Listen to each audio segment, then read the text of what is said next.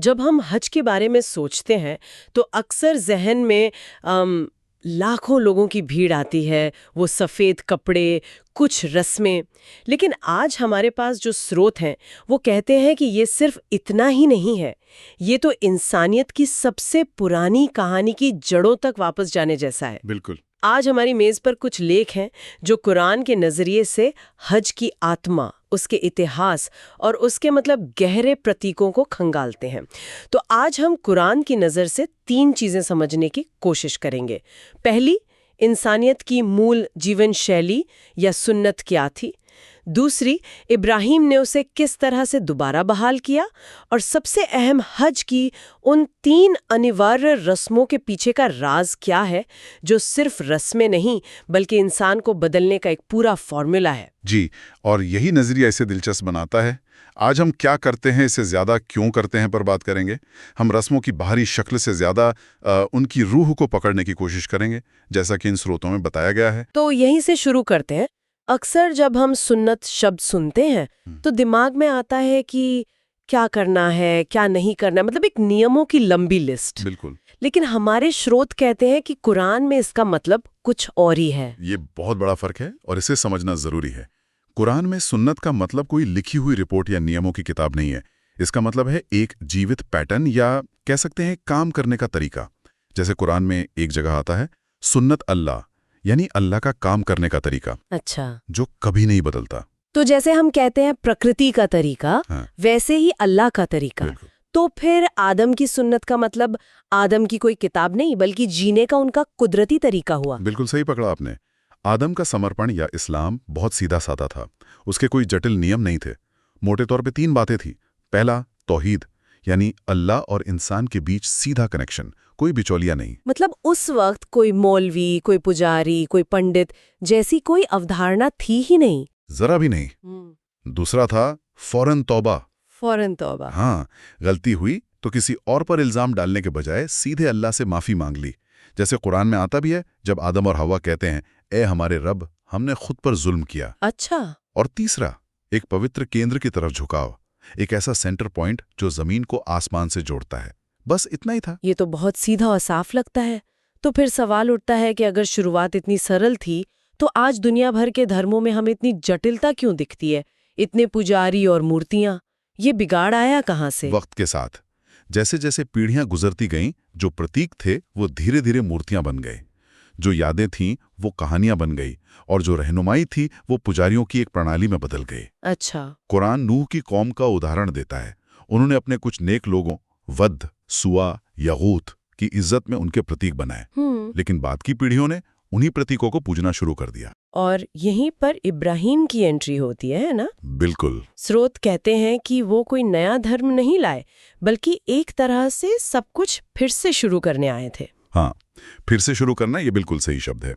इब्राहिम का मिशन 3 हिस्सों में था।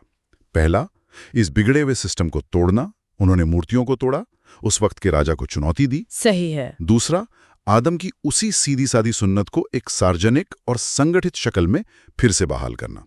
तौहीद, काबा, हज, कुर्बानी, इन सबको एक ढांचा दिया। और तीसरा, इसे किसी एक कबीले तक सीमित ना रखकर पूरी दुनिया के लिए आम कर देना। तभी तो उन्हें हुक्म हुआ कि लोगों में हज का ऐलान करो। जब आप कहती हैं कि इब्राहिम ने काबा को एक ढांचा दिया तो मेरे मन में यही सवाल आता है, क्या उन्होंने इसे बनाया था या ये पहले से था? इस बारे में बहुत अलग अलग बातें सुनने को मिलती हैं। कुरान की भाषा यहाँ बहुत दिलचस्प है। वो उस जगह के लिए बक्का शब्द इस्तेमाल करता है, यानी वो घाटी जहाँ अहंकार टूटता है। बिल्कुल। हाँ, और उसे अलबैत अल-अतीक यानी प्राचीन घर भी कहता है। लेकिन जो सबसे ध्यान देने वाली बात है वो कुरान की एक आयत में है। उसने क्या खास है? आयत कहती है, और जब इब्राहिम घर की बुनियादें उठा रहे थे। अरबी शब्द है यरफो। इसका मतलब बुनियादें रखना नहीं होता बल्कि ऊंचा उठाना होता है। एक मिनट, ये तो बहुत बड़ा फर्क है। बुनियादें रखना और पहले से रखी बुनियादों को उठाना। मतलब कुरान खुद इशारा कर रहा है कि वो जगह पहले से ही खास थी और उसकी बुनियादें मौजूद थीं। बिल्कुल, ये इस बात का एक मजबूत भाषाई सबूत है। इस्लामी परंपरा भी यही कहती है कि आदम को एक पवित्र जगह दिखाई गई थी जो शायद नूह के सैलाब के बाद नजरों से ओझल हो गई। इब्राहिम ने उसे ही दोबारा तामीर किया। अच्छा। इसलिए कुरान का जोर पत्थर की इमारत पर कम और उस जगह के मकसद पर ज्यादा है। पवित्रता इमारत में नहीं बल्कि उस जगह के मकसद में है। ठीक है, तो अब आते हैं उस हिस्से पर जिसने मुझे सबसे ज्यादा चौंकाया।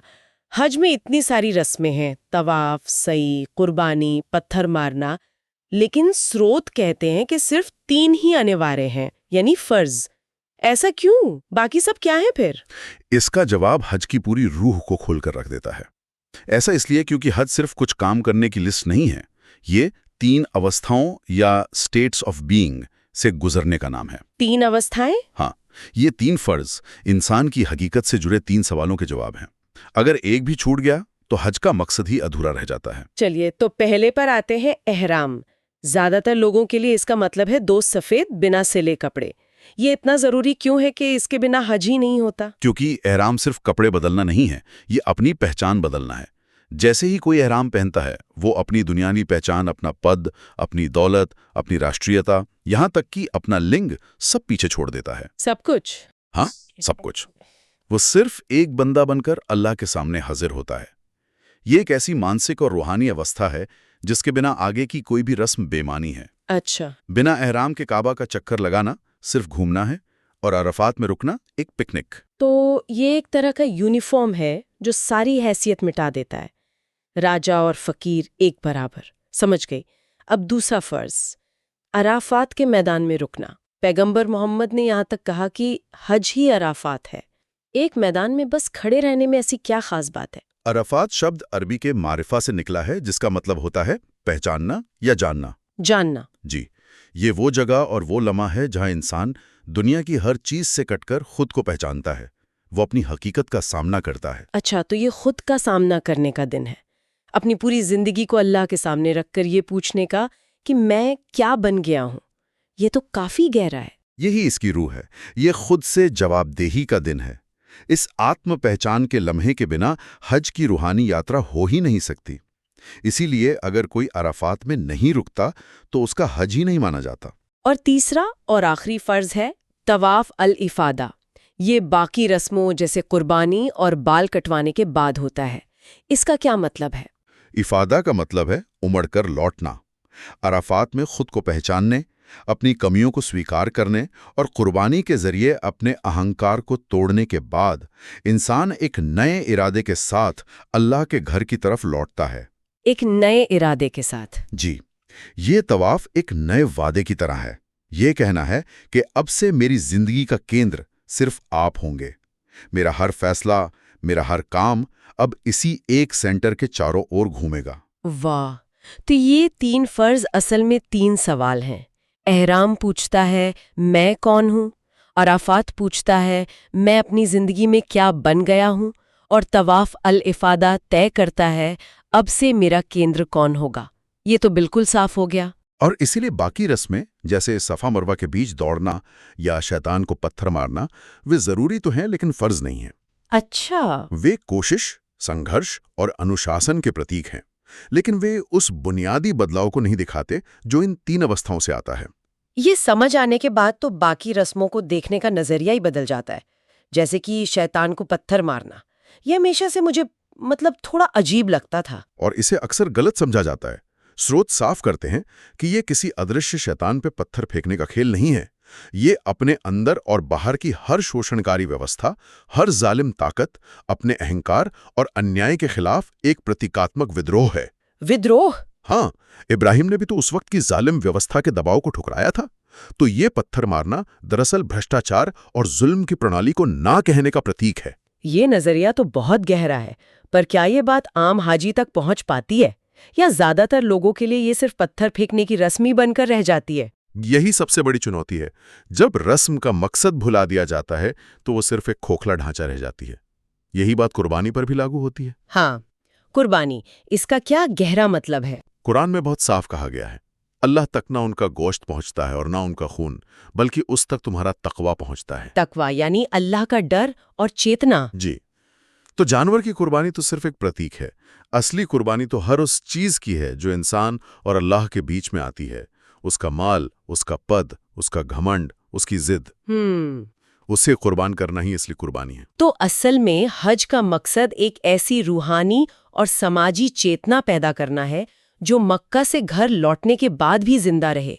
हमारे स्रोत इसे क़यामत के दिन का रिहर्सल कहते हैं, एक ऐसी जगह जहां कोई पासपोर्ट, कोई झंडा, कोई पद काम नहीं आता, सब बराबर हैं। बिल्कुल, जब हज सिर्फ नियमों की एक चेकलिस्ट बनकर रह जाता है और उसकी रूह को नहीं समझा जाता, तब लोग वापस आकर भी वैसे ही रहते हैं जैसे गए थे। हज का मकसद इंसान को बदलना है, सिर्फ उसे हाजी का खिताब देना नहीं। तो आज की बातचीत को देखें तो कहानी बिल्कुल साफ हो जाती है। इंसानियत की एक बहुत सीधी सादी कुदरती शुरुआत जो आदम से हुई, फिर वक्त के साथ उसमें बिगाड़ आया जिसे इब्राहिम ने आकर ठीक किया और उसे एक वैश्विक शक्ल दी। और उसके 3 सबसे जरूरी हिस्से यानी 3 फर्ज हमें आज भी वही 3 बुनियादी सवाल पूछने पर मजबूर करते हैं। अपनी झूठी पहचान छोड़कर तुम असल में कौन हो, यानी एहराम। जी। अपनी जिंदगी का सामना करो और बताओ तुम क्या बन गए हो, यानी अराफात। और अब तय करो कि तुम्हारी जिंदगी का केंद्र क्या होगा, यानी तवाफ। यही 3 अवस्थाएं हज का असली निचोड़ हैं। और जाते जाते हमारे एक स्रोत में एक लाइन है जो दिमाग में बैठ गई है और जो इस पूरी बातचीत को एक नई ऊंचाई देती है।